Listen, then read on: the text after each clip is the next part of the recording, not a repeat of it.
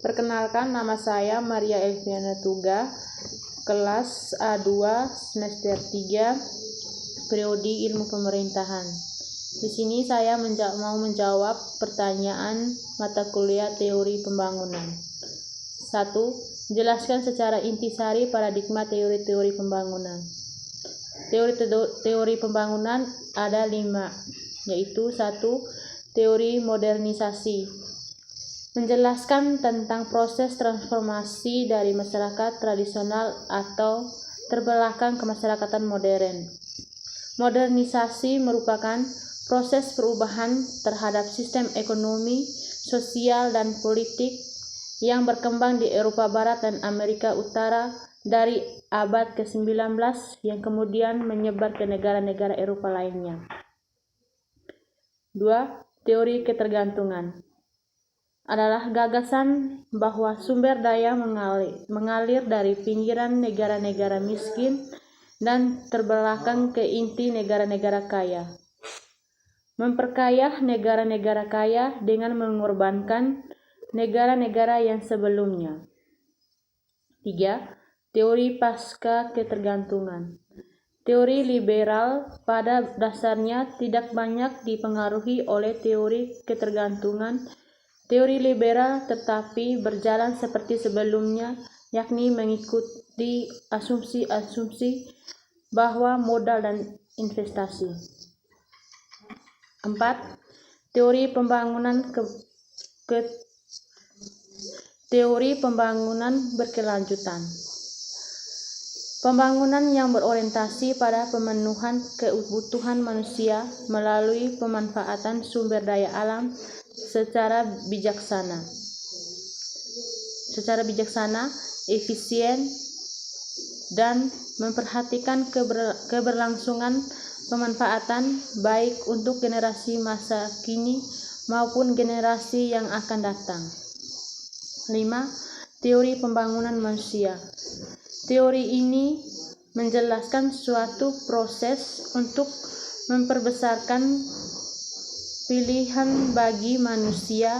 Teori ini juga menjelaskan tentang konsep pembangunan yang berusaha untuk memenuhi kebutuhan saat ini tanpa mengorbankan di masa yang akan datang. Nomor 2 soalnya, berikan pendapat Anda secara contoh tentang strategis pembangunan setelah pandemi COVID-19 atau era new normal di beberapa bidang berikut. Baik, saya akan menjawab. Menurut pendapat saya serta contoh tentang strategis pembangunan setelah pandemi COVID-19 atau era new normal dalam 6 bidang, yaitu 1. Dalam bidang pembangunan di bidang ekonomi. Strategis yang kita lihat masuk di era new normal di bidang ekonomi sudah mulai terlihat perubahan dibandingkan di masa COVID-19. Contohnya, 1. Dibukanya kembali aktivitas pasar. 2. Harga sembako sudah mulai stabil. 3. Kegiatan ekspor dan impor sudah berjalan.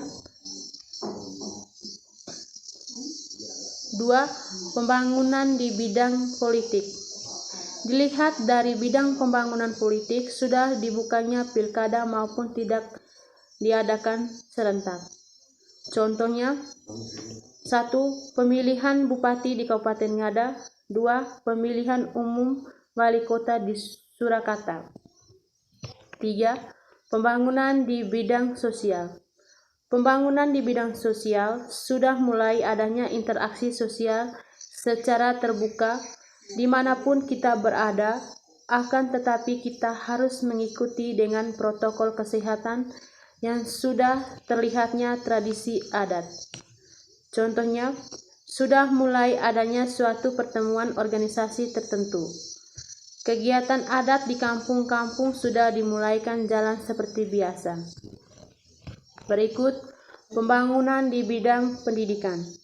Pembangunan di bidang pendidikan dilihat sekarang ini adanya sekolah-sekolah tertentu yang sudah menjalankan aktivitas mengajar secara tatap muka walaupun dibatasi dengan pembagian per kelompok.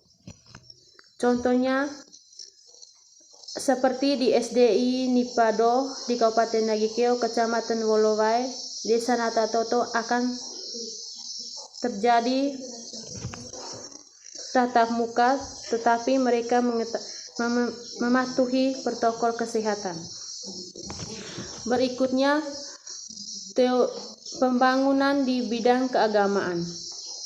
Sudah terlihat sangat jelas di bidang keagamaan, semua tempat ibadah sudah mulai menjalankan ibadahnya sesuai dengan kepercayaan dan tempatnya masing-masing dengan mematuhi protokol kesehatan.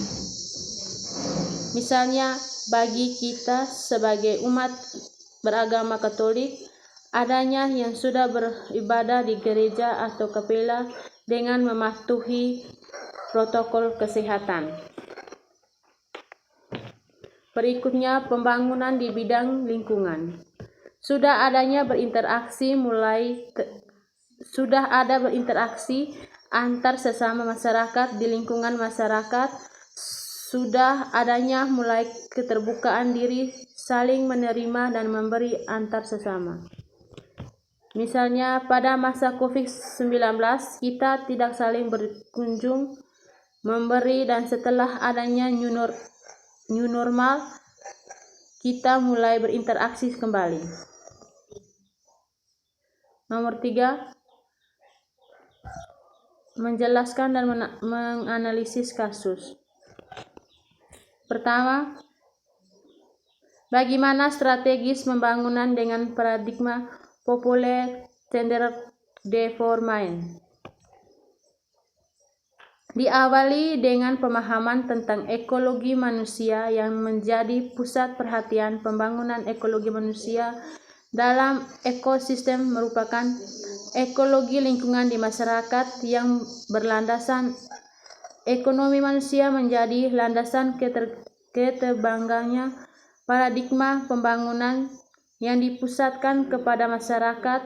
Adapun lingkungan adalah kehidupan manusia. Paradigma pembangunan dikenal sebagai pembangunan yang rakyat sebagai pusat. Proses pembangunan harus mementingkan semua publik. 2. Bagaimana seharusnya negara dan masyarakat kembali peran guna mengatasi permasalahan pembangunan di atas. Pembangunan yang berpusat pada rakyat mengidentifikasikan kebutuhan proaktif dan strategis melalui pemberdayaan atau penguatan dan masyarakat. Oleh karena itu, penting melakukan kategori kebutuhan praktik dan strategis masyarakat untuk menyadari waktu sebagai perubahan, karena perubahan sangat pendek belum menjamin jangka panjang dan perubahan kebutuhan praktis masyarakat. Permasalahan lain yang dihadapi dalam mengatasi permasalahan dalam pembangunan yang dilakukan masyarakat tidak mengakses maupun dimiliki oleh masyarakat yang berkurang pengetahuan dan fasilitas yang terkait dalam pembangunan. Sekian dan terima kasih.